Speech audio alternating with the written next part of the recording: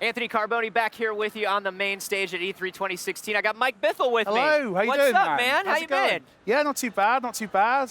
Running around E3 playing video games, Yeah. been good. Yeah, rough life. It's a hard industry, the games industry. You have to come to LA, enjoy the sun, play stuff. It's a bummer. It is, it's been absolutely Everybody, terrible. just pray for Mike Bithell, please, if you could.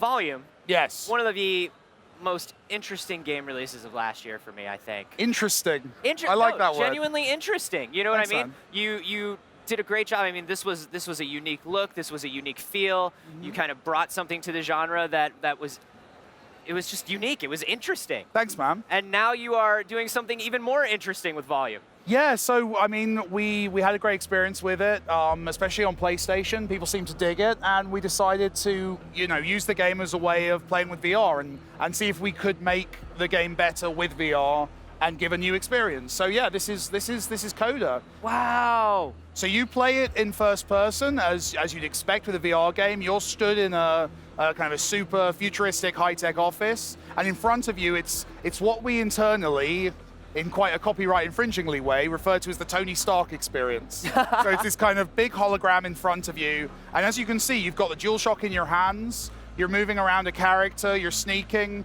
you've got a whole bunch of new levels, new characters, new story, but you can also go and play the entire original game in this mode, and you can make and play your own levels in this mode as well, and play stuff offline. So it's got loads of stuff. So this is amazing. I love this kind of looking down on a shoebox diorama kind of version of the world, I mean, there's something about putting the controller in that and giving it that sense of scale that looks like you're just playing with the world's most detailed model set or That's something. what we were going for, and a big part of that in terms of this is that you can scale and rotate and move that world as well. So you can hold down buttons on the directional pad, and then by physically moving the controller in space, you can scale it up, scale down. It can be the best G.I. Joe set ever, or it can be like a small travel chess set by scaling and moving it around. And as you can see here, you can even step forward. One of the things that's great about PlayStation VR is that you can physically move around the space and kind of look around things. Sure. And we make full use of that. So you can make the map massive, and then you can kind of Godzilla style walk into it and kind of look down and play it. You can take a seat, sit down, put the board in front of you at a really comfortable viewing position. And then I think I saw in the last clip, it puts it up on these supports or something, so it looks almost like You've got these kind of projectors in the background they'd sing on. So it's however you want to play it, really. And as you can see, you change the view as you play, and you work your way around. And it just gives a completely different perspective on the game. It lets us make some puzzles that require you to kind of look around a bit more and get a better sense of the environment. And yeah, the controller, there you go. You can see there me moving the environment to kind of get a better view. And the controller is really useful, having that kind of in view. And you can see the analog sticks move and stuff based on what you're doing. It just grounds the whole thing and makes it feel real. Yeah, that's fascinating. I mean, that's an effect that I love that Super Hypercube has as well. Yes. Where anytime you're wearing this headset, and we think that we don't look down at the controller very often. We totally do, right? We totally do. And yeah, it's you look down, you see what controls you're using. We even use that for tutorials. So as you start playing the game, you have little notifications and things around the controller showing you, which buttons to do what.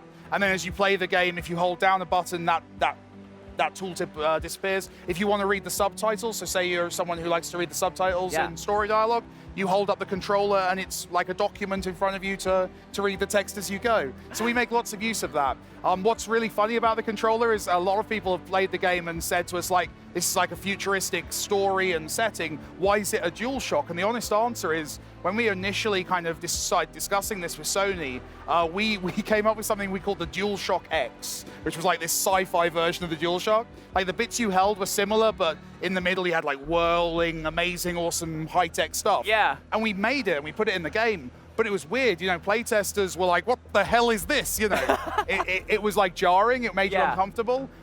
So we ended up kind of going back to the more traditional controller, and it works really well. So tell me about building levels in VR. Tell me about editing things in VR. So what you're seeing right here, this view, the editor works very similarly. So if you're a player who's made levels for Volume already, and thank you to everyone who has, we've got an amazing community making great stuff for it. If you're someone who's already done that, you know that it's kind of, you use the controller to do that. It's very straightforward level editor.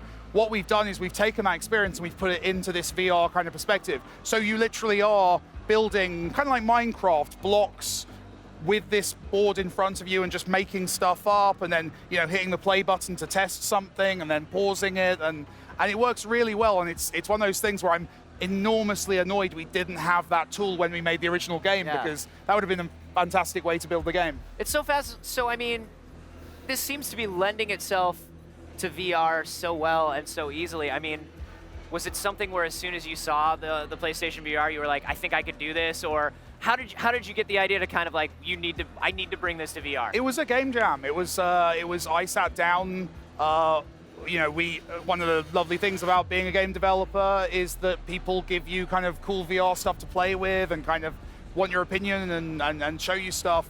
And I sat down one weekend and, amongst a bunch of prototypes for VR experiences, one of the things was I kind of booted up the editor, the tools I use, and tried to make a version of Volume for that. And in a weekend, kind of started playing with this. And it was terrible, obviously it was just a weekend. But there was enough there, I sent that. I think I emailed a video of me playing it to a bunch of friends at Sony, and they got excited, and we decided to kind of turn it into a real game, which is what you're seeing here. And this is the culmination of a bunch of different people doing amazing work to turn what was a very messy first experiment into something that's really great. Yeah, and I love it because we see so much VR stuff, and people automatically think of VR as a first-person experience, right? Yeah. But I really love these kind of creative third-person uses, like the idea of playing a game with stealthy elements where I can actually lean around a corner and get a better view of it. It's just amazing to me. It's amazing the physicality of it, and it's something that's really hard to convey in a video, or if you've seen early VR and not like where PlayStation VR is now in terms of the quality. It's the equivalent of getting a really awesome action figure. I collect Transformers, right? Sure. So when I have a Transformer, I look at it and I love the detail and the reality of that on a physical level. That's what VR gives you. You're going to be able to see all these characters as if they are the coolest wind-up toys you could possibly get. And that's something that third person gives a really interesting perspective on that and lets us give you something that, no, it's not realistic, obviously. You look at that, that's not a photorealistic game.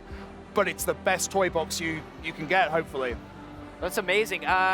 So you've started working with it. You've been tweaking it for a little while now. What's the timeline on it? Do we know when we're going to see it? This is launch window.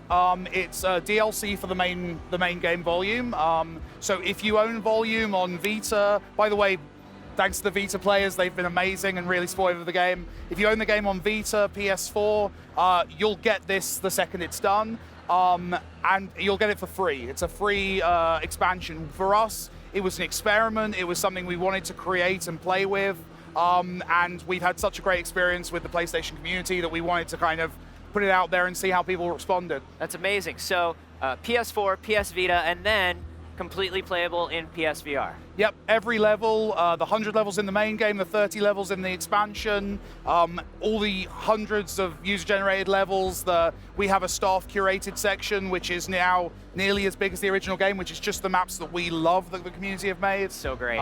You're getting, and yeah, thanks to cross-play between PlayStation and PC, you're getting all the maps the PC players have made as well. So we have this amazing pile of content from all over the place. It's great. Amazing. Well, thank you for coming by and showing this off, Mike. I am so looking forward to it, man. I'm looking forward to you playing it.